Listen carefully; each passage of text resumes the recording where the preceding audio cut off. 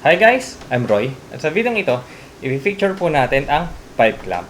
So, let's start!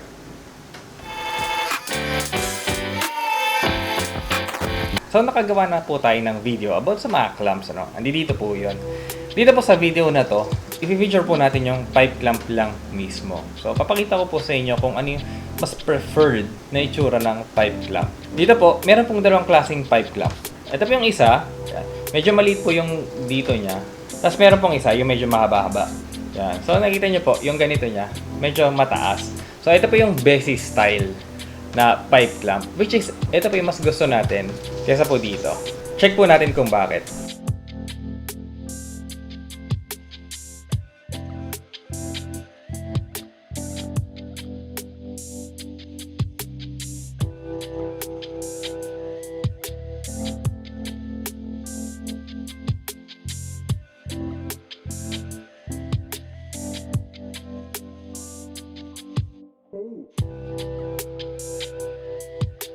Ito po yung ating pipe clamp, ano.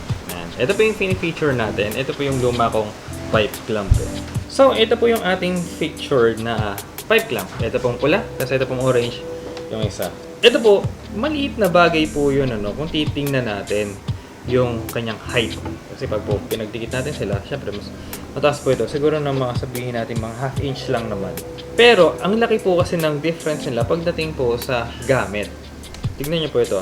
At as in, ito lang po yung babayaran nyo dito. Dito po sa orange, kapag po ginagalaw nyo siya or hihigpitan nyo, ito, sama-sama po yan. O, kahit po, kahit hawakan nyo, sabihin nyo, hawakan nyo siya.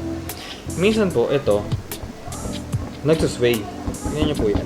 Kapag po magka-clamp tayo, ayaw po natin na gumagalaw yung ating clamp. Kasi kapag po gumalaw yung clamp natin, yung piece po natin, gagalaw din. Pero kapag po dito sa, syempre po malaki. Yan, nakikita niyo po, hindi siya nagsusway. Kasi may uusog ko. Pero hindi po siya sumasayaw. Which is, ayun po, syempre, yung gusto natin. Kasi kapag po ito, sisikipan natin, hihigpitan. Ito po, bago pala eh.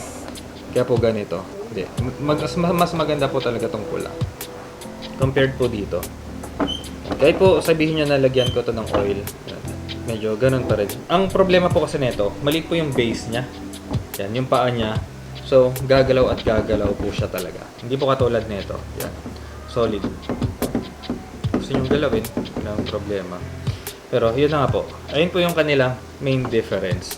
Kaya, ito po, mas gusto po natin kung kukuha po tayo ng pipe clamp, ay yung merong paa. Paa na maganda. Yan. Yung naka-A-frame po siya na gano'n. Kesa po dito sa maliit. Yan. So, dito po sa ating pipe clamp, ano, ito po, itong red, tsaka po itong orange. Alam ko po parehas lang sila ng price eh.